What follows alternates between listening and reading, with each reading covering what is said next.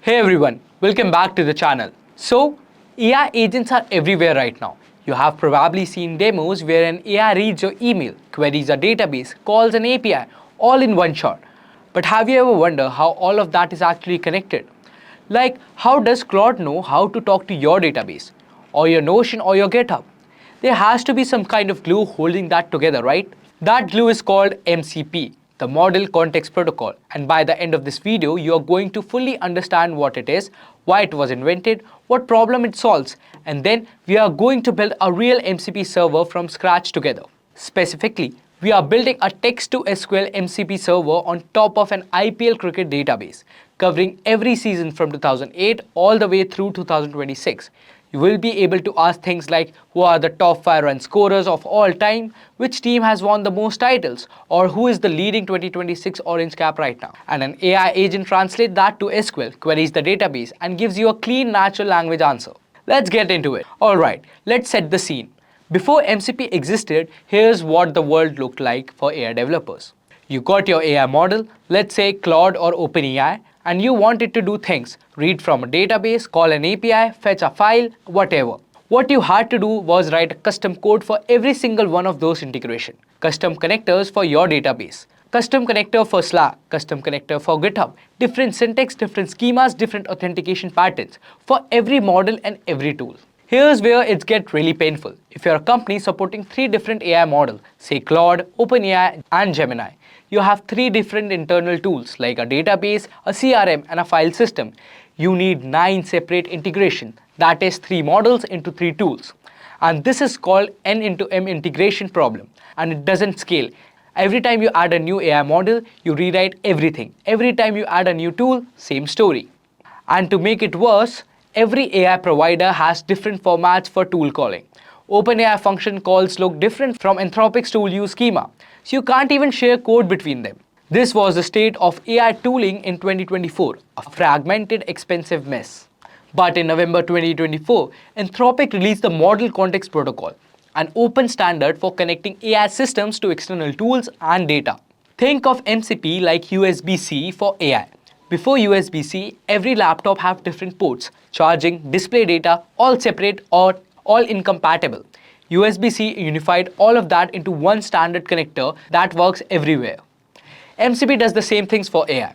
Instead of building custom integration for every model tool pair, you build your tool as an MCP server once, and any MCP compatible AI application can use it. Claude, Gemini, OpenAI, all of them. That N cross M problem, it collapses to N plus M. You write N tool servers and M model clients, and they all just work together. So MCP has a very clean 3-layer design. Let me walk you through it. Layer 1, MCP host. This is the AI application the user actually interacts with.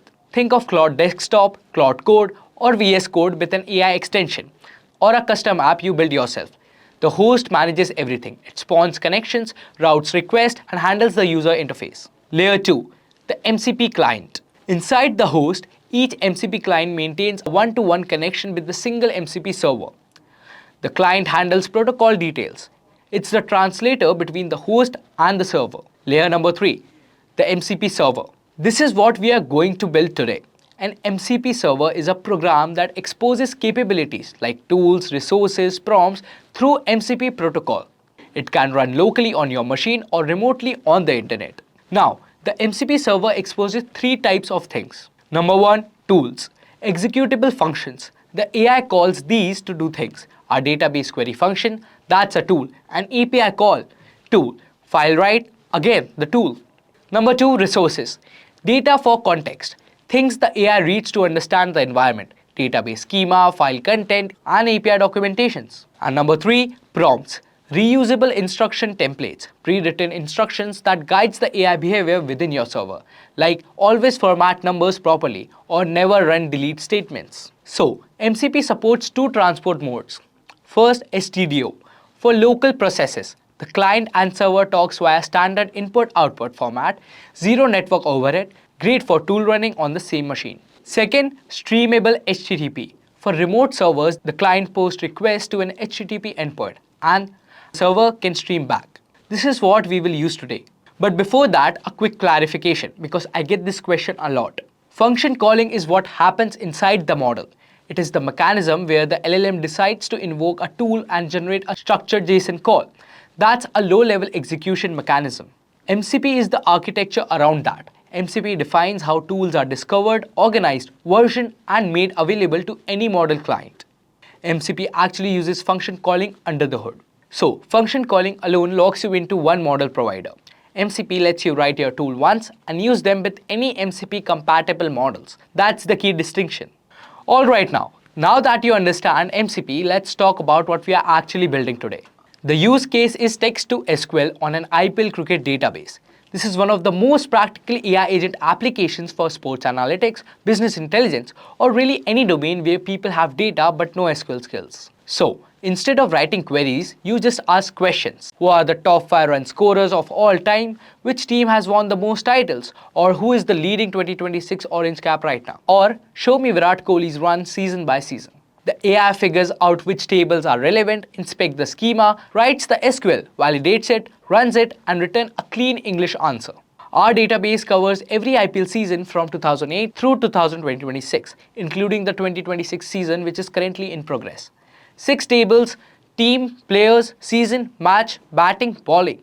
Over 47 players, 684 matches, 9,500 plus batting performances, and 6,800 plus bowling figures. The required tech stack is Fast MCP, Python MCP Server Framework, LangChain's SQL Toolkit, pre-built database tools, LangGraph's React Agent, multi-step reasoning loop, and GPT 4.1 Mini as the large language model.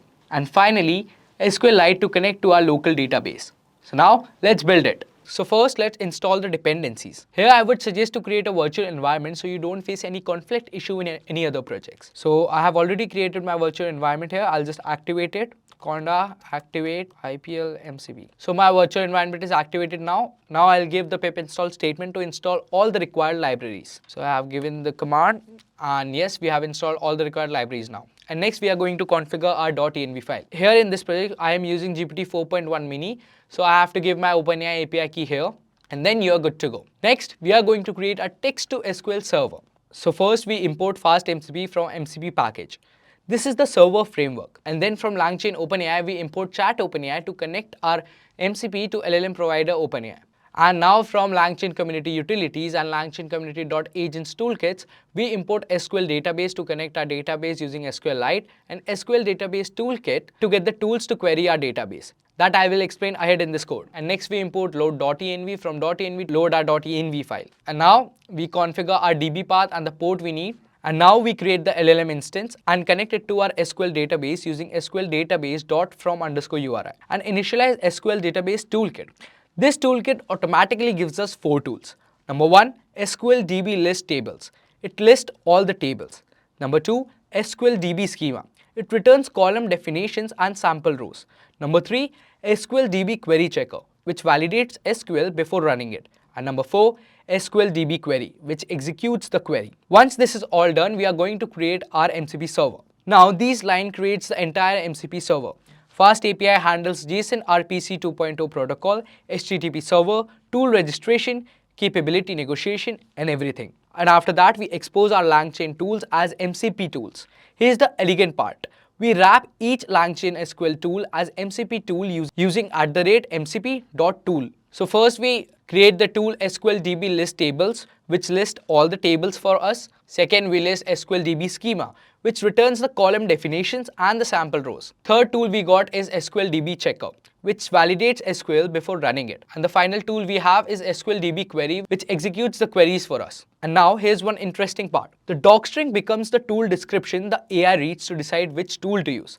So giving docstring to your tool is very important. And one more thing, every tool is async because MCP is async by design. We do this for all the 4 tools. Each one just delegates it to its LangChain counterpart. Now here's the important part, and here's the most important line we need. This line starts the server on our dedicated port we have mentioned above in the code. That is port 8010. So our text-to-SQL server is ready now.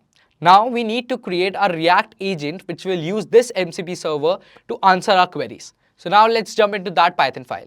Now this file have the client, which is a React agent, reasoning and acting. it alternates between thinking about what to do next and taking an action until it has the complete answer. So first we will connect our MCP server to it. So we will load the .env file and get the MCP server URL, and then we initialize our LLM. Now, in this file, we have the client, which is a React agent, reasoning and acting. It alternates between thinking about what to do next and taking an action until it has the complete answer. So first we load our .env file and then we define the MCP server URL. Also, we will initialize our large language model, that is GPT 4.1 mini, and then we will provide the system instruction. This is where we give the agents deep IPL context. We embed the full schema, every table, every column, the relationship between them. So now we will define our system instruction. And now this is where we give the agent deep IPL context. We embed the full schema, every table, every column, every relationship between them.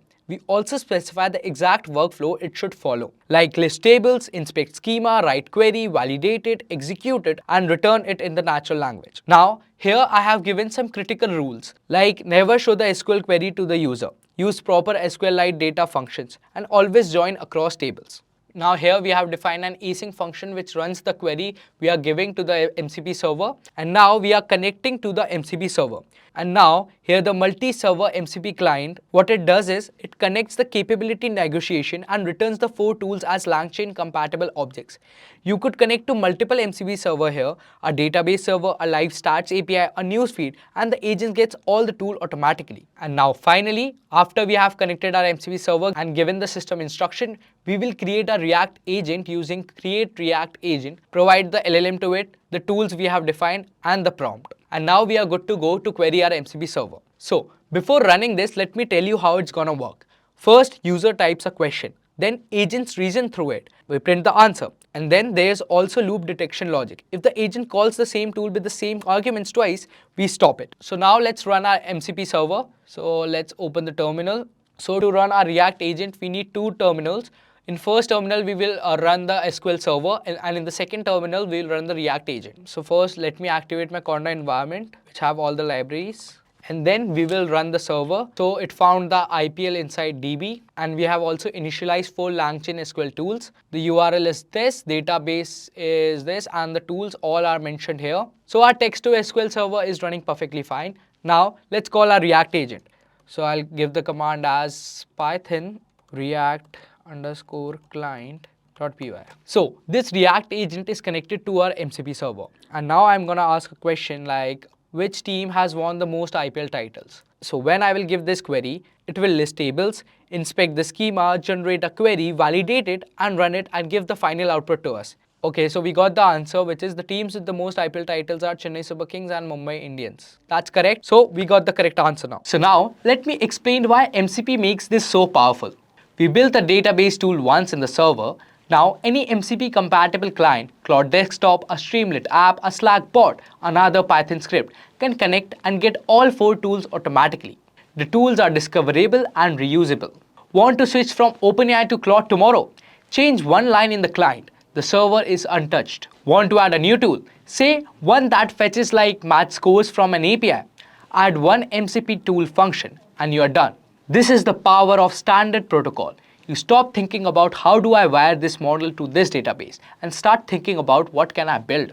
Alright, that's a wrap. A quick recap. MCP is an open protocol that kills the N cross M AI integration problem. Build tool once and use them anywhere. Second, it gives you a standard way to expose tool, resources and prompt to any AI model. Third, we built an IPL Text-to-SQL MCP server using fast MCP LangChain and a React agent client powered by LangGraph that reasons through the cricket analytics question in natural language. The code is all linked in the description. 2 files, run them and you got your own AI cricket analyst. Swap the database to anything else, sales data, customer records, football stats, and update the system prompt. And it just works. If you found this useful, drop a like and I'll see you in the next video.